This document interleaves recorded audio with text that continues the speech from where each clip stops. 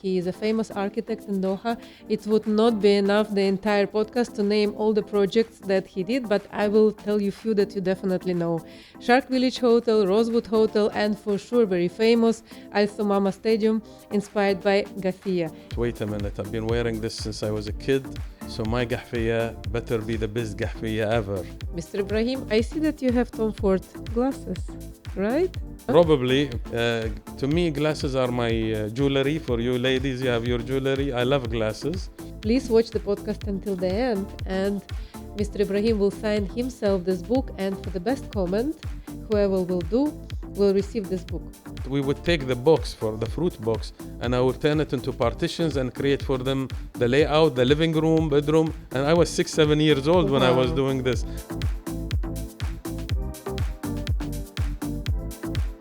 Welcome to Fashion Podcast. It's a place where we give voices for talented and creative people of Qatar, and we speak about art, fashion, and not only.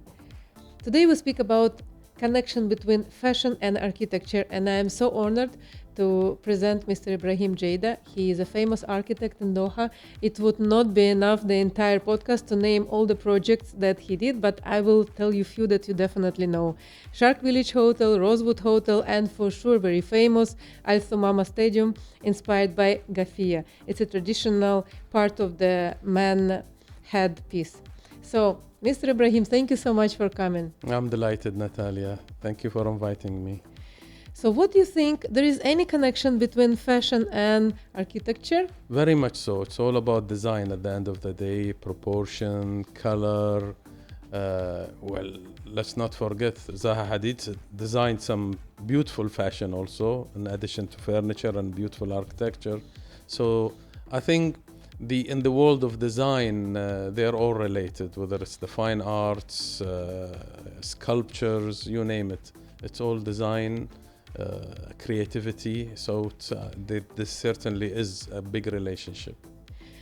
This can be confirmed by the project that you did personally, because you didn't just take anything to be inspired with. You took the piece of traditional Qatari costume.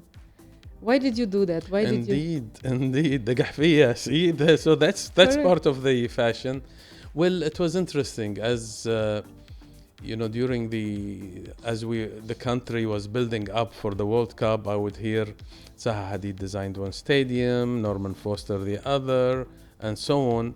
I was fortunate to be called to compete in the last competition for the 8th stadium, which is Al Thumama.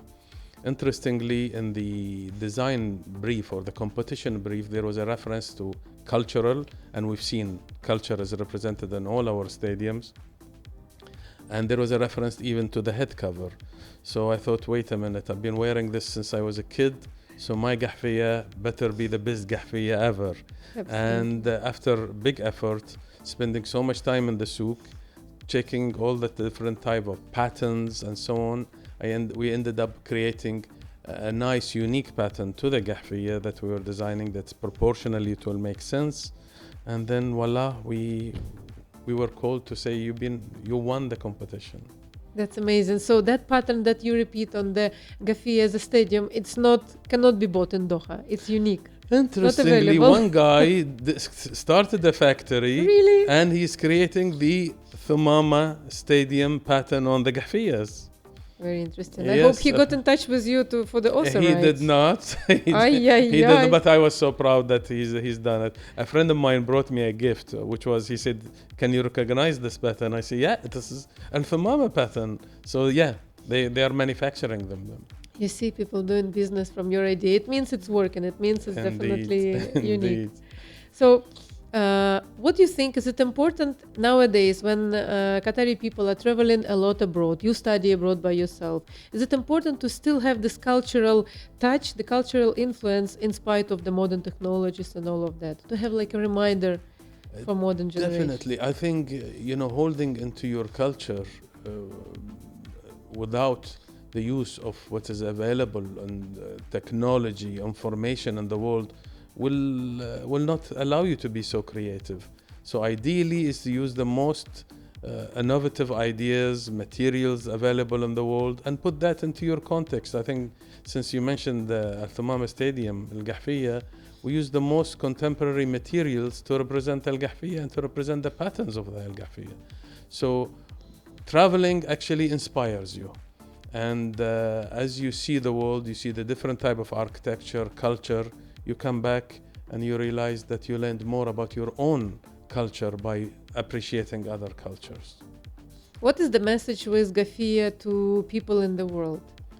You know, interestingly, when we even designed the stadium, there is like a VVIP entrance. And there I have proposed to create a little Qahfiya museum. Because let's not forget, in every culture of the world, they have one form or another of the head cover. So in that little collection of Qahfiyas, there was from the cowboy hat all the way to the Asian different type of hats. So it became like a museum of hats.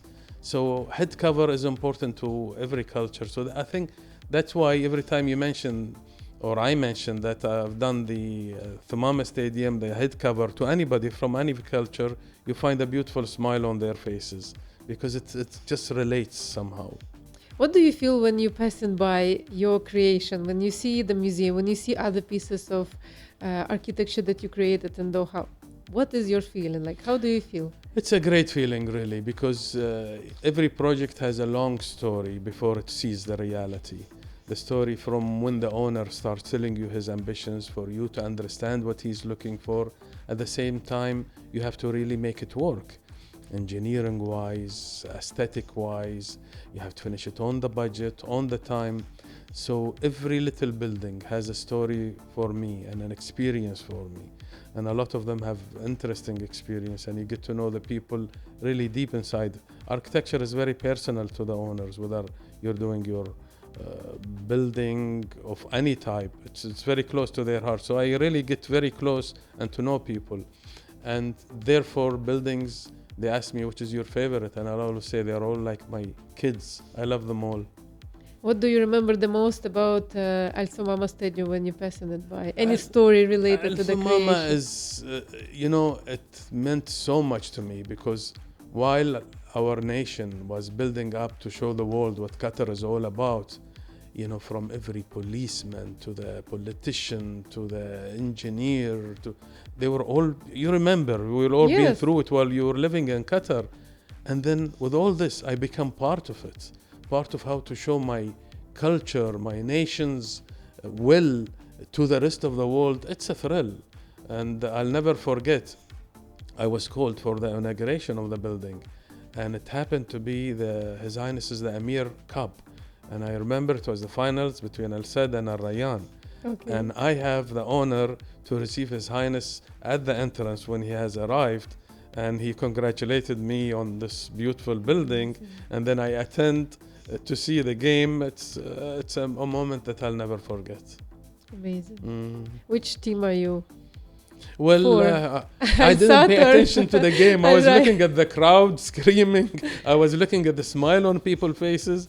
And by coincidence, during the opening, there were some kids with their Qahfiyas. There was like a little show. Okay. And my son was one of them, by coincidence. I knew he was going to be there, but it meant even a little bit extra.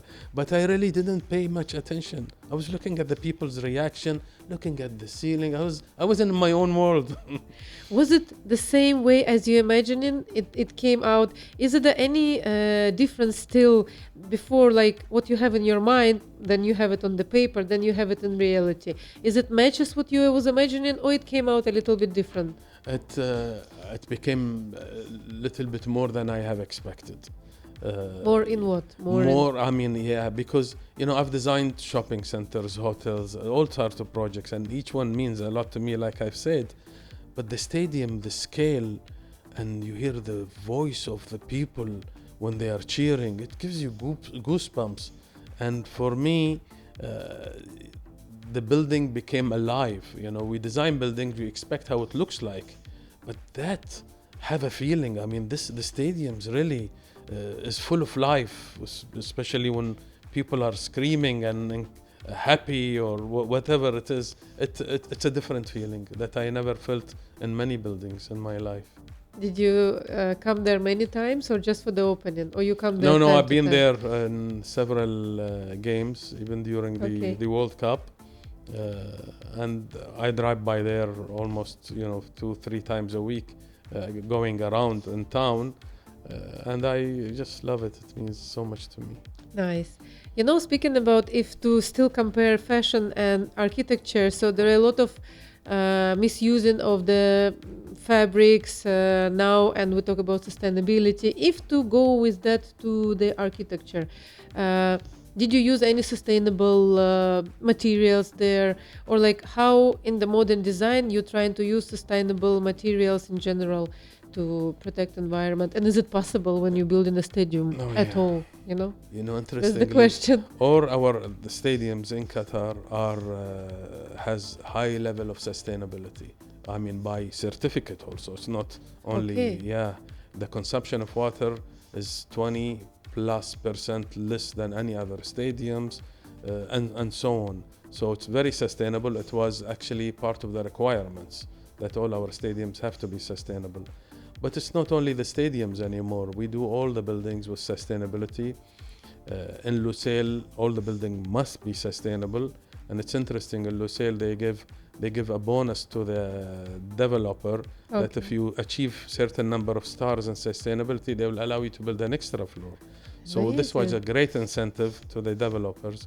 But now sustainability is in our DNA. We design with sustainability. So there is no project without being sustainable in Qatar? One way or another, we have to put sustainable things. It's the legislations, plus it became a way of life. I think if you don't design with sustainability now, you're so backward. And we owe it to our culture, to our world, let alone our nation, that we have to consume less energy, to produce less pollution as much as we can, so we live in a better environment. Makes sense.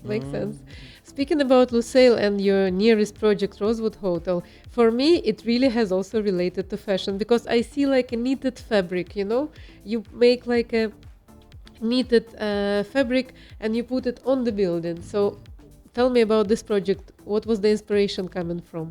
See, again, this back to sustainability. You are not allowed to do a glass box in Qatar. Okay. It has to be 50-50 between the solids and the voids. And then I always like to find a source of inspiration.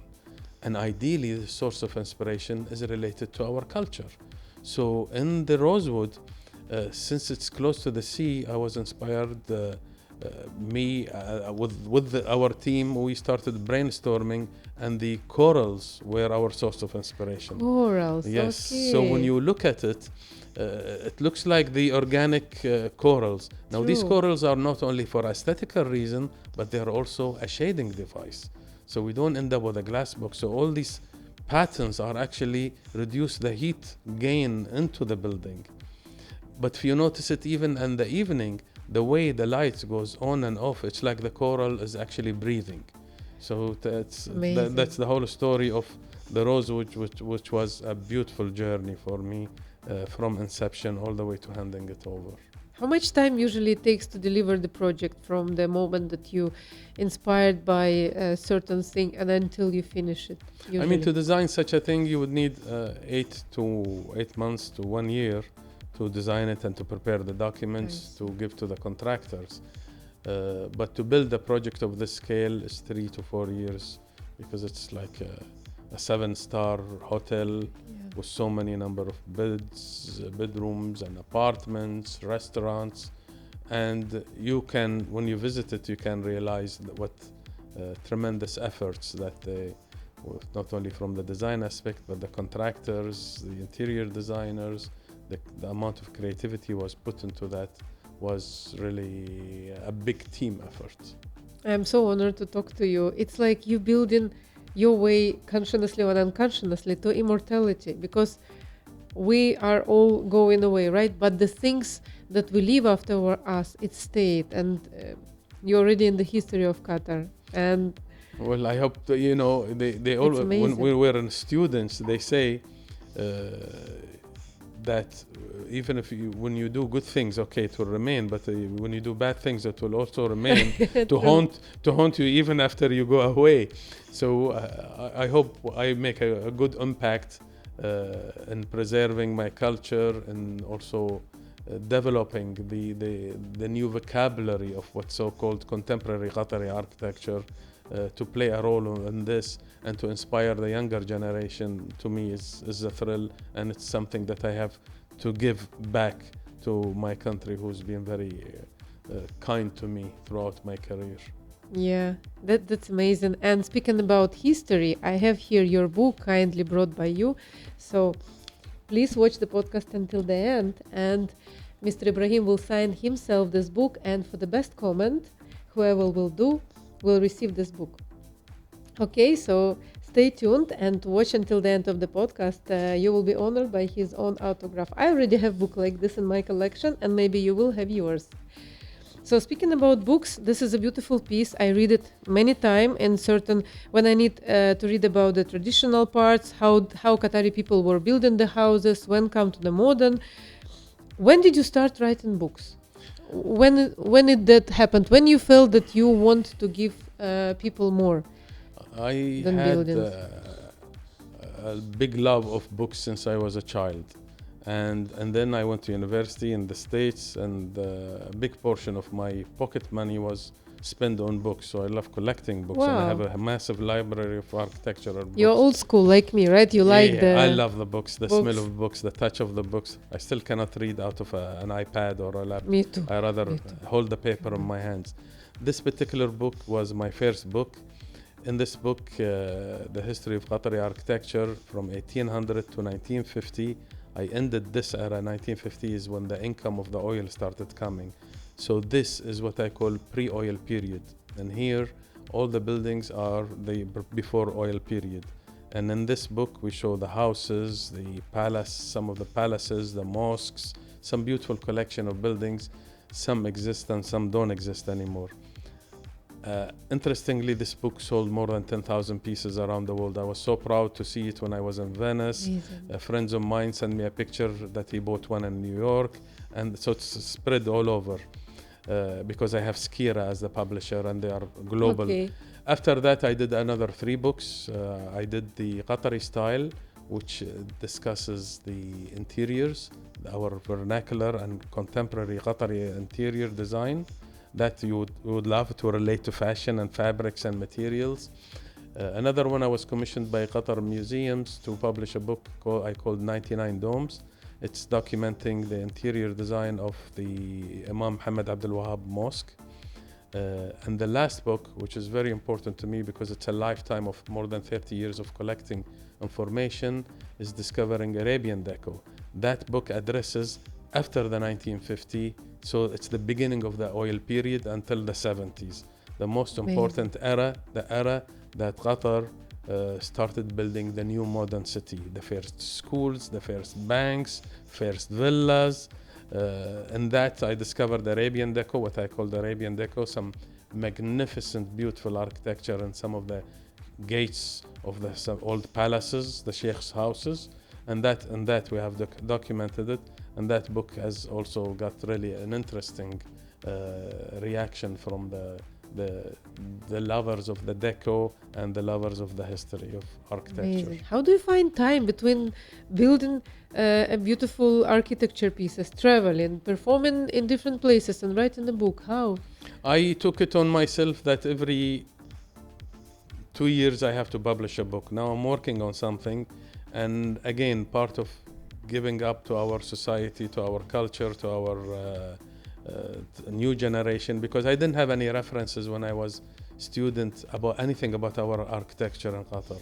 So I wanted to make sure that I put a reference for the newer generation. And I love books. I love this, documenting, researching. So I have a little team in my firm, it's non-profit, to document everything that related to architecture and to help me publish the books. And I sponsor my books 100%. Amazing.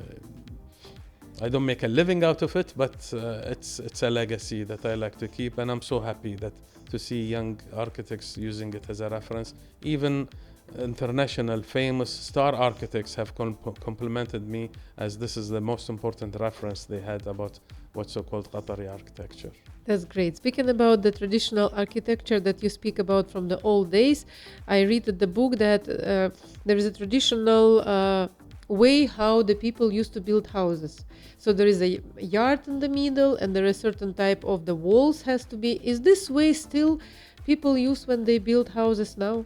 If you have a personal project, for example, is this still a fashion? Unfortunately not. It's not. With the new planning and the influence of the planners that came from different parts of the world, our neighborhoods are designed more of a grid system with boxes called villas. So we really lost the privacy and the uniqueness of the courtyard. I have like a little theory. I did studies how we can bring the courtyard into our modern neighborhoods, because going through this, our ancestors managed to live in this hot, rigid environment. They were intelligent on how to deal with the nature, building materials, the openings in which direction, small openings, no openings whatsoever where the sun direction is hot. So I tell the students, let's go back to basics. Let's learn from the basics. How did they orient their buildings? From that, we put it in the modern context, and we can come up with a contemporary architecture, yet sensitive to the environment, learning the lessons from what our ancestors left for us, but in a very contemporary way. And I think Musharraf is the perfect example. I was about to say, those courtyards in Musharraf, it's your touch, right? Well, I was honored to be part of preserving the 3 museums. These are the traditional, original houses that were there. But even in the modern buildings, when you walk around, openings are small, the orientation towards the sun is studied, and the buildings are close to each other, creating shadow. So it's very comfortable to walk throughout the year.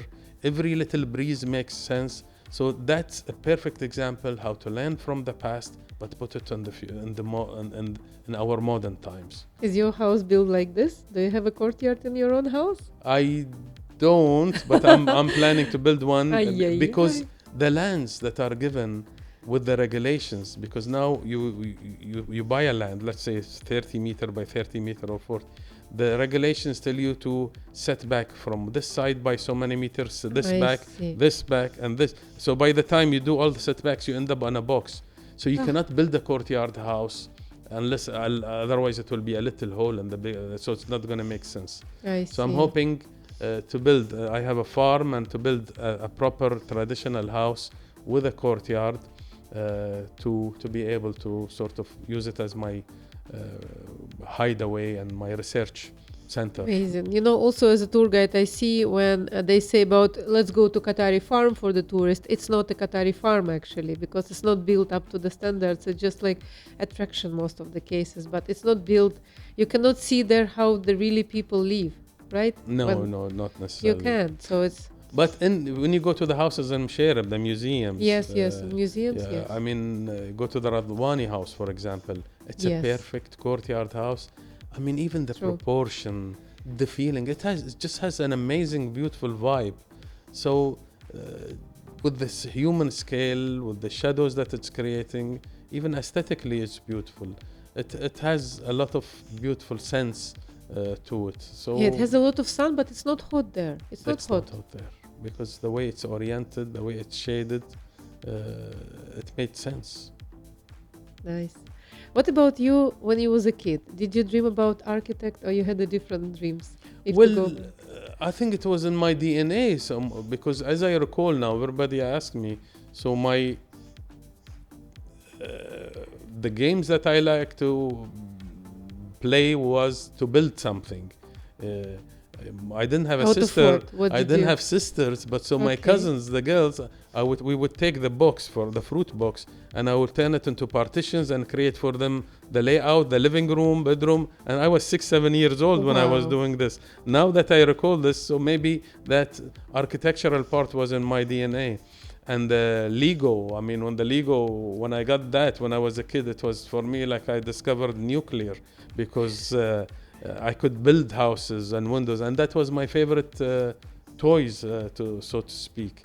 And then, went to the States to study, and we studied architecture, and in the international way, the history of architecture, whether the Greek or the Renaissance or the Bauhaus.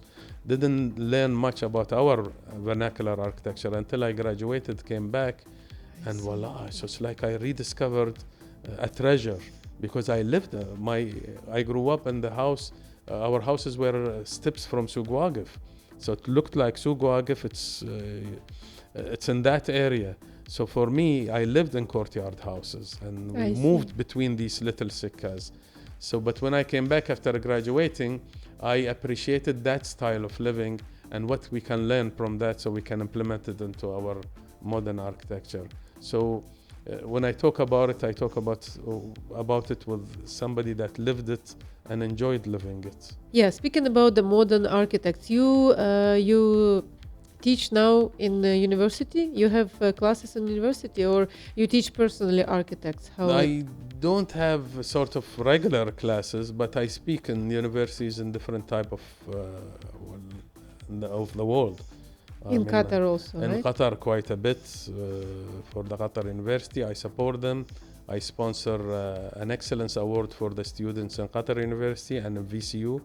VCU now for 15 years I've been sponsoring the best students design in different sectors and Qatar universities. But speaking, I always like to speak about what I know, which is this style of architecture, the identity, how we transform our identity in more contemporary. But I've done this in different, I've done it in Harvard and in Switzerland and different places of the world, in Asia. I enjoy doing that, because that part of the research, when I speak about it, when I do it, these are like my drafts for my next book or for my next ideas that I'm doing. What are modern architects are asking you, the one who just started them journey? Do you have any fashionable projects like you? What are the main directions that they are interested in? And what is the modern architecture now in the young generation looks like? Well, now with the globalization and access to information, as much as it's a big advantage that you can see you don't have to go to a library and flip in a book. Now you have the Googles, and now with the AI, it can even generate ideas for you. That could be misused, because then you're not focused and your designs will become so global and it will not have an identity. You're just copying some other ideas continuously. So I would recommend that you study what you need to learn to create your passion, whatever you love. This applies. You don't have to be from Qatar to apply this. Wherever you are in the world, if you live in the mountains, the mountain is a source of inspiration. So wherever you are, your environment it's good to learn from it and put that into a context that belongs to wherever you're going to design or wherever you're going to live or do. And that's what I recommend. Use this massive access to technology and know-how, but use it with wisdom, I think, with what belong. I see. But even if you use AI, if you don't know what you're working on, it's useless, because you are the one who's supposed to lead in the situation. It's a tool. Yes, now you can push a button and I say... If you cannot write, the pen is useless, right? Indeed. But that will help you now so even if you are like an artist or even an architect, design for me a courtyard house, and it'll give you images of a courtyard house. But you have to have the sense of why would I have the windows here, and where is the north and the south, and then that's how you process the information. Take that data, but you have to process it in something, and that's what will differ between the real genuine creative people, or the copiers, or the people who get influenced from the surface. Those young people who are coming to you for advice, what are the problems, the challenges they're facing most of the time? The young architects who are trying to either find funding for the project or trying to find what are the problems they're facing? Well, this young generation is amazing. I mean, their know-how, their confidence is incredible. I wish I had that when I was in their So age. they don't have problems. They have confidence. They really don't have a problem. Wow. All they need is an opportunity. I see. And maybe I was lucky also because I had the opportunities when I came, and of course you have to know how to grab the opportunities and make the best out of it, because everybody will get an opportunity. So you better know how to do the best out of that opportunity. You'll still make mistakes and learn from your mistakes. Mistakes makes you stronger and better. But the young generation is inspired. I get inspired. They give me energy. Amazing. Mhm. But I remember you told me when you just started, you was working in the morning in the regular job, and the afternoon you was going for the building and you was working for your own company, and that was so challenging. You work so much. Is the young people now, they do the same? Are they so much into to fight for them dreams? I mean, out of 10, maybe one will fight for their dreams. When even my kids say, I'm tired, they're working, I spent so much time, and I came late last night and I said, this is the time to work hard. This is the time to sacrifice. I had sleepless nights I cannot count how many times I couldn't sleep, or I had to work all night to come up with an idea. I still, even at my age now, and after all these years of experience, when I have a challenge of creating something or an idea, sometimes I cannot. My brain just go and start to create something. But hard work makes strong people. There is nothing just that you want to work few hours and you think you're gonna make it. There is a lot of hard work and sacrifice and will to reach your goals. It doesn't come easy, but the journey is beautiful. How many years you are now architect? 35 years I've been practicing now. I'm still learning. Amazing, amazing. And let's do the last question. Let's play a small game. Before we sign the book, guys, can you get us the pen? So the game will be, I speak about what I'm wearing, and then you tell me about what you're wearing, and you speak about your favorite brand. So I'm wearing today local Qatari brand 5. This is a beautiful suit, and this is a local designer, and I'm supporting the local designers. And Mr. Ibrahim, I see that you have Tom Ford glasses, right? It's your favorite Is brand? it Tom Ford? Yeah. Probably. To me, glasses are my jewelry. For you ladies, you have your jewelry. I love glasses. And glasses, I don't know how many. I have so many. And some of them relate to my mood. Of course, for work, I like to be slightly conservative. But I have some wilder glasses, and I love glasses. Okay, so your favorite brand, do you have any favorite brand? Do I have favorite brand? You're not always wearing a soap, right? No, well, of course, when I'm traveling, I'm not wearing a thobe. But to ask me about different type of brands, Cucinelli is a gorgeous brand. It's not cheap always, so you cannot buy all of your clothes of that brand. But there are so many different brands. I try to avoid being attracted to a name rather than to what suits me. What do you like about Cucinelli? What do you have? I mean, their fabric is incredible, and it's just, and that's why it doesn't have to be expensive or branded. I like to touch the fabric before I buy it, because that's what's gonna touch your body. And then, of course, the colors. And you are into fashion. Colors sometimes reflect what you want how you feel, or how you want people to feel about you. I'm not that sophisticated on how to that but extent. You understand this. But mostly is how I feel. I guess I wouldn't notice it until after I wear it. That these are the colors that I'm wearing. For what reason I'm wearing them? Maybe it's that mood, and that's what the type of glasses I would put with it probably. But I think the industry of fashion and talking about local designers. And that's why I think throughout the last couple of decades, the design industry in Qatar has gone a long way. I mean, there was a creativity boom, which is still going. And we ended up with some amazing names of young Qatari designers that are doing fashion. I mean, Wadha, I'm always inspired Yes. when I go and see her showroom, and I think it's, and there are many more designers that I are think this is coming. the connection of the architecture and fashion also. We can talk about it, right? Especially that she is located in the National Museum. Indeed. Her, And I yes, love fashion. she puts patterns, and these patterns are inspired by architecture also. True. But you know, design is all like in fashion, proportions. When we design a building, we think of the materials, and you are all about materials too. True. But how to put it together is the challenge. But indeed, now we have graphic designers, fashion designers, young architects that are coming up, and I always tell them you are so fortunate because the whole nation is encouraging you and giving you these opportunities with all these beautiful universities, nice teaching environment and learning environment. So it cannot get any better. And you know, out of these all attempts, there will be shining stars always coming up.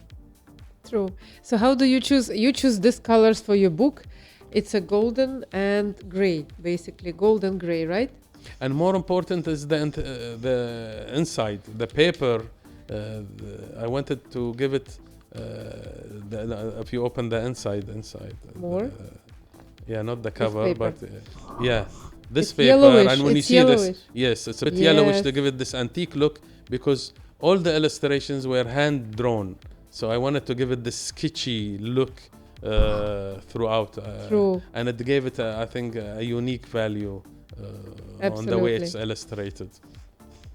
And now we have a very interesting moment at the end of the podcast. We have Mr. Ibrahim signing his own book, and it will be given to the person who will leave the best and the most interesting comment under IG as a post and under my YouTube channel where the full video will be posted. So guys, can you give me a pen? I have a pen. You do? Mm. Perfect. Okay. So you can write for the fashion podcast and whatever you want to add to it. That would be amazing. Beautiful pen. Thank you.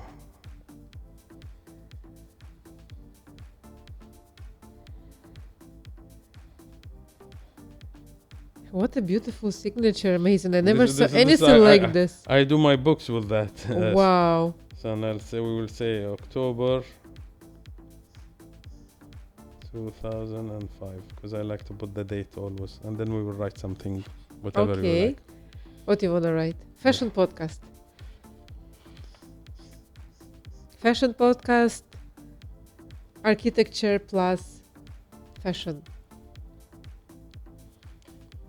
Fashion podcast Fashion podcast. Anything else you want to add? with my pleasure. Thank you so much. Thank you, Mr. Ibrahim. It was such a great honor to have you at my podcast. I'm so happy you found the time. And I'm sure that you guys will have a lot of interesting and important things to hear. And thank you so much for watching. See you in the next video.